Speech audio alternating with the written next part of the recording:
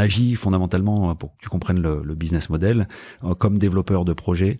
Donc on va chercher les porteurs de projet, les cédants, on organise la collecte et fondamentalement, du coup il y a un projet là de ferme financé avec un locataire, avec la bonne charte, avec le bail. Enfin en gros c'est tout ça prêt à investir et on le met à disposition de la foncière qui est donc l'argent des citoyens et qui achète la ferme et qui à ce moment-là, du coup, pour faire très très simple, si la transaction c'est 1 million d'euros parce qu'il y a 1 million d'euros là, il y a 5% en plus pour nous. Donc on prend 5% de frais qui permet de financer toute la structure et le travail qui est en général un travail qui prend entre 9 mois et 12 mois pour structurer un projet de A à Z avant qu'il soit installé.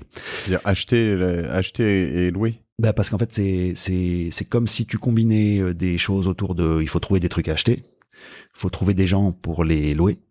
Et il faut aussi qu'on organise la collecte, donc il faut trouver l'argent pour financer le bazar. Et surtout là où il y a un énorme truc, et peut-être ça va nous permettre de passer ensuite sur la partie un peu plus tech, il faut être capable de trouver des porteurs de projets qui vont bien, de les qualifier. Enfin c'est comme un process de recrutement dans une boîte, quoi. Et si tu te loupes, tu mets un mauvais locataire.